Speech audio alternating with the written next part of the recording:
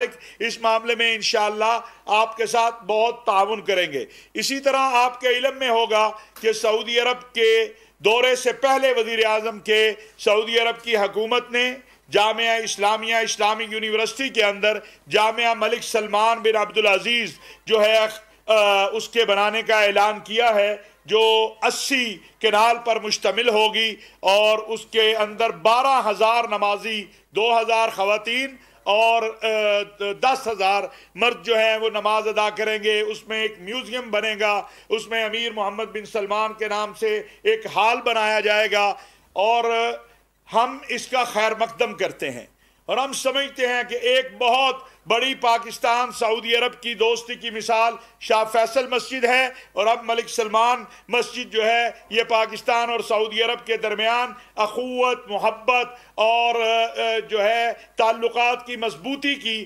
ایک نئی جو ہے نیا پیغام ہے۔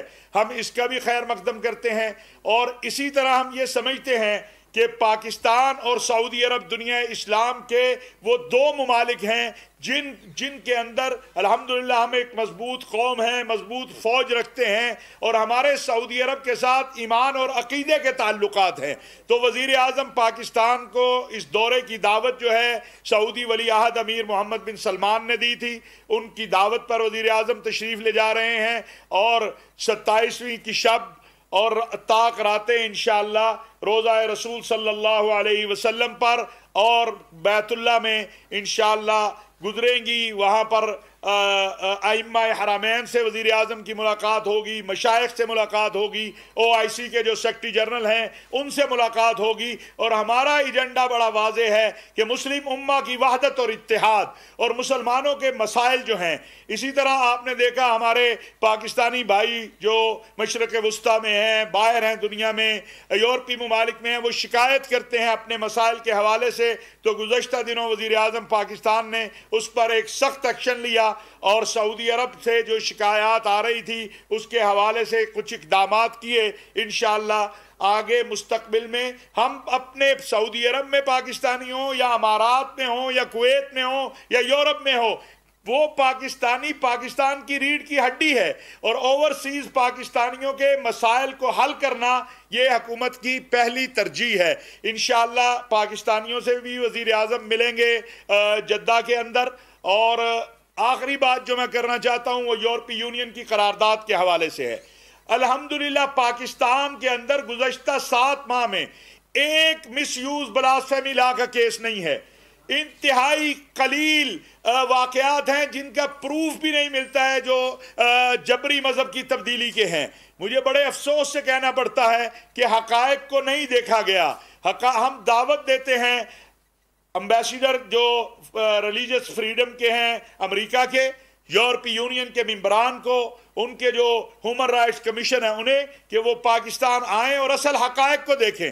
ہمارے ہاں ہماری اقلیتیں اور ہماری اکثریت جو ہے وہ باہمی پیار اور محبت سے رہ رہی ہیں۔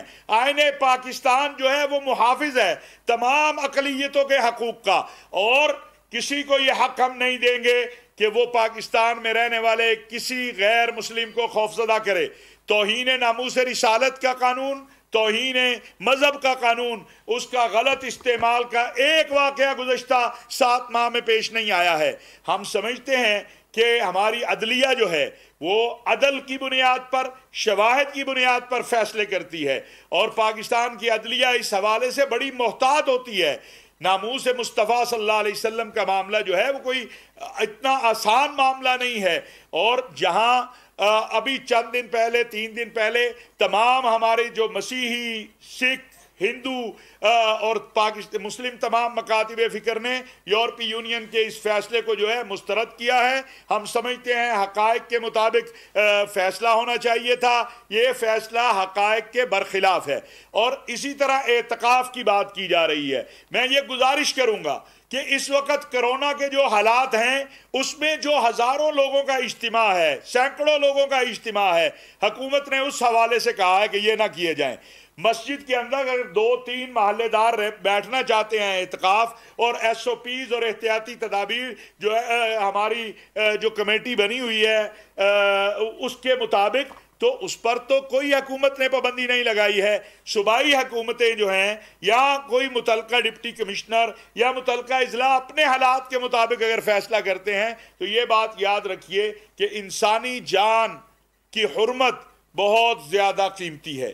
ہمیں عید الفطر کے اجتماعات میں بھی آگے طاق راتیں ہیں اور ہمیں ان طاق راتوں کے اندر بھی احتیاط کرنی ہے. جو بیمار ہیں، جو ہے بچے ہیں، جو بوڑھے ہیں، اگر وہ اپنے گھر میں بھی رات کو عبادت کرتے ہیں تو اللہ کریم کو معلوم ہے اور اللہ اجر دینے والے ہیں. تو ہم خود بھی بچیں اور اوروں کو بھی بچائیں. ہم نے مساجد بند نہیں کی. ہم نے تو گزشتہ سال بھی پرائم منسٹر آف پاکستان نے کہا تھا کہ ہم نے مساجد بند نہیں کرنی، اور ہمیں فخر ہے کہ مساجد کے اندر احتیاطی تدابیر پر عمل ہوا.